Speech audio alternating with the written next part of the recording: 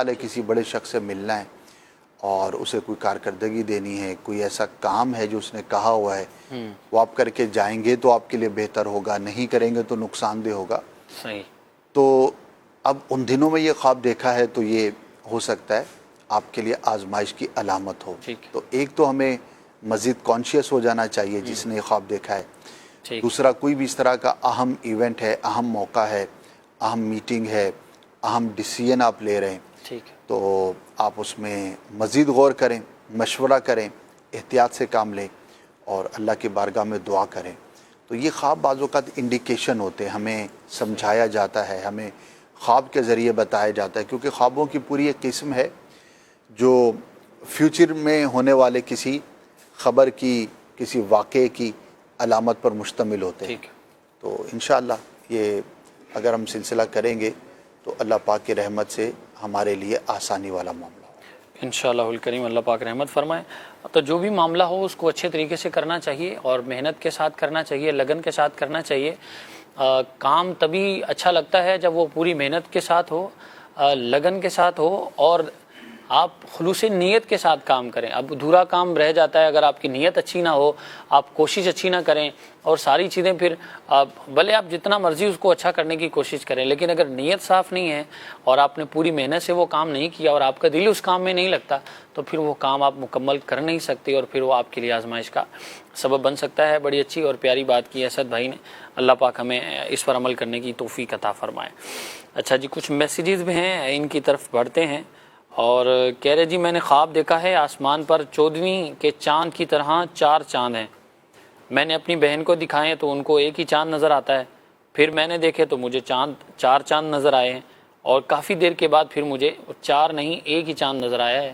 اس کی کیا تعبیر ہے؟ چاند کی مختلف تعبیریں ہوتی ہیں اور یہ انسان کی اپنی کیفیت، حالات و واقعات کے مختلف ہونے سے مختلف ہوتی ہے. اور بعض اوقات یہ اولاد کی علامت ہوتی ہے، بیٹے کی بھی علامت ہوتی ہے، بعض اوقات یہ وزیر یعنی کہ نائب کی بھی دلیل ہوتی ہے.